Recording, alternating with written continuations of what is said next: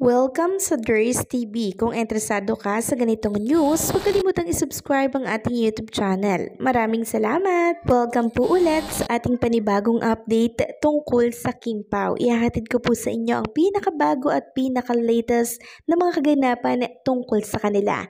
Kaya naman kung hindi ka pa subscriber ng ating channel, pindutin nyo na ang notification bell para lagi kayong updated sa mga balitang trending at napapanahon. So ayan, welcome back again sa ating YouTube channel mga kakimpaw. And for tonight's video nga, pag-uusapan natin ay tungkol sa mga importanteng dapat nyong malaman tungkol kay Kim and Paula Avellino. So kanina po mga kakimpaw ay lubos na nagpapasalamat po si Kim dito po sa X. Nag-post po siya. Sabi niya, salamat po, 2 days to go, mapapanood na po ang My Love Will Make You Disappear. My heart dyan na yellow. May hand na nagparang pray. Tapos, ayan na, parang may nagniningning. So, lubos na nagpapasalamat si Kim sa mga sumusuporta po sa kanilang dalawa ni Paolo and sa kanilang pelikula. So, sabi nga po dito ni Alt Intay Badiday, hindi na, Princess Chinita. Mas maraming salamat sa'yo. Hindi ito basta paghanga lang. Isa itong masarap na kasabayan sa lahat ng pangarap mo. Hindi ka lang basta artista, isa kang inspirasyon. Hindi ka basta umaarte lang, isa kang magandang likha na kimiko. Tapos meron dyang umiiyak na emoji na 3. So nagpaluha naman itong si Alt Inday Badiday. Na-touch ako kasi si Kim Cho po, bata pa lang, nakasubaybay na ako dyan. Simula nung PBB, grabe ang pinagdaanan po ni Kim. And hanggang ngayon, pag nililingon ko yung pinanggalingan ni Chinita Princess, sobrang layo niya. At lahat ng tinatamasa niya ngayon mga kakimpaw ay sobrang deserve niya po. Sobrang daming naging blessings sa kanya nung taong 2024 and ngayong 2025, eto tagsisimula na naman po si Chinita Princess. Na-recognize siya, di ba, with the German Moreno Power Tandem Award kasama si Paolo Avellino at the 38 PM PC Star Awards for television. Diba? So nakaka-proud talaga maging isang fan ni Kim and Paolo Avellino. Samantalang next topic naman tayo, tungkol po ito sa inilabas na post ni Chinita Princess sa kanyang Instagram account. Tungkol po ito sa parang pinakang summary ng naging mall tour nila, mga pinagdaanan po nilang hirap, di ba, para lang ma-promote etong kanilang pelikula. And nakita nga natin mga kakimpaw dito si Paula Avellino kasama po yung kanyang kapatid po nitong si Chinita Princess, no? So, sabi po dito sa post ni Kim sa Instagram niya, new vlog tonight on my channel, 8 PM po yan, on Kim Cho PH. That weekend was a blur, scary, uncertain, overwhelming, but your cheers, your screams, your support, they wrap around me like a hug. I didn't know I needed fun-filled good vibes as we go around Cebu, Jensan, and Coronadal. See you later on my channel. So, siguro, once na i-upload ko po ito, napapanood nyo na po or napanood nyo na yung vlog ni Chinita Princess sa kaniyang YouTube channel. So, doon makikita ninyo yung naging bonding ni Paolo Avellino kasama po itong kanyang kapatid. And talaga namang super close si Paolo Avellino dito po sa kanyang sister na to. Nakakatuwa lang kasi yung bonding and yung closeness ni Paolo Avellino at tong sister niya talagang grabe. Mapapasana all ka na lang talaga. Sana all.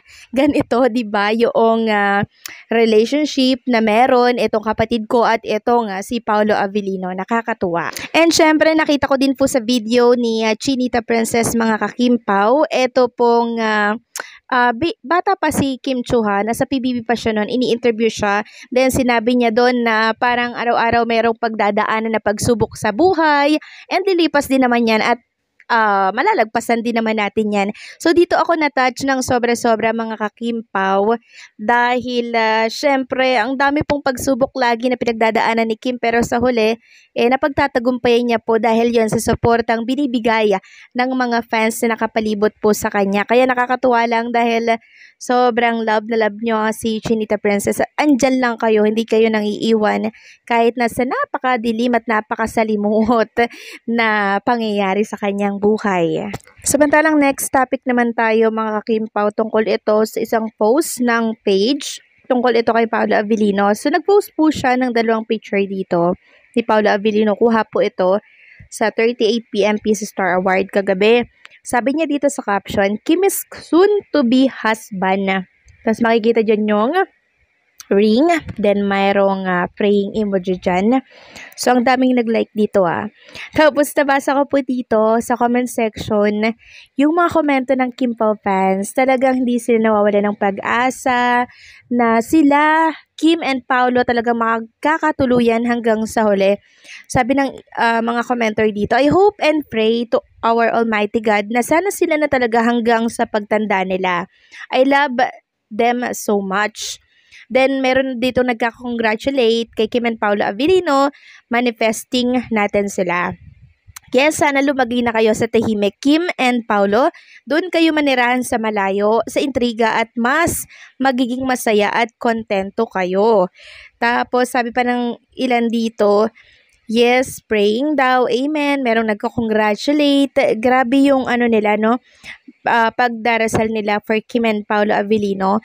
And ang nasisense ko nga dyan mga kakimpaw, pag lumagay na po sa tahimik si Kim and Paolo Avellino, so kunwari nagpakasal or nagpropose na po, no, kay Chinita Princess si Paolo Avellino, parang ang nasisense ko rito, lalayo po sila talaga, no? Hindi po sila dito sa Pilipinas maninirahan, possible na sa ibang bansa, kasi gusto po nila ng tahimik na buhay, and masaya naman ako doon. Yun nga lang, mamimiss natin sila ng sobra-sobra, 'di ba? Meron nga silang sariling pamilya na, pero yung pagka-miss naman natin, yun naman ang ating paglalabanan. Pero sana, pag dumating yun, sana mag-upload sila ng mga video nila, di ba? Sa kanilang YouTube channel, update sila kung ano yung pangyayari sa kanila doon. Tayo naman mga kakimpaw, kukunti lamang po yung ating kaligayahan. Hindi po ba yung makitang masaya lamang si Kim and Paolo Avellino, kasama po ang kanyang 2 kambal, 'di ba? Yun yung minamanifest ko po mga kakimpaw. And I'm sure kayo din minamanifest nyo din po mga kakimpaw ang mangyari yan, no, sa mga susunod po na taon. Pero sa ngayon mga kakimpaw, malaba po natin yan na ma-feel kasi sobrang kainitan po at kasagsagan ng kanilang karera Sobrang napakainit nila sa mga tao. To the highest level talaga yung nakikita natin na pagsuporta po nila. Sa ngayon, grind lang sila ng grind kasi bata pa naman sila. Nasa 30s lang sila. Then pag umidad na yan ng 40s pataas, for sure, magpapamilya na po yan si Kim and Paolo Avellino. Basta pray lang tayo ng pray for Kim and Paolo Avellino. Ito nga tungkol sa soon-to-be husband ni Chinita Princess. Walang iba kundi po si Paolo Avellino. So, paano hanggang dito na lamang po ang update natin. Maraming salamat sa patuloy na pagsuporta.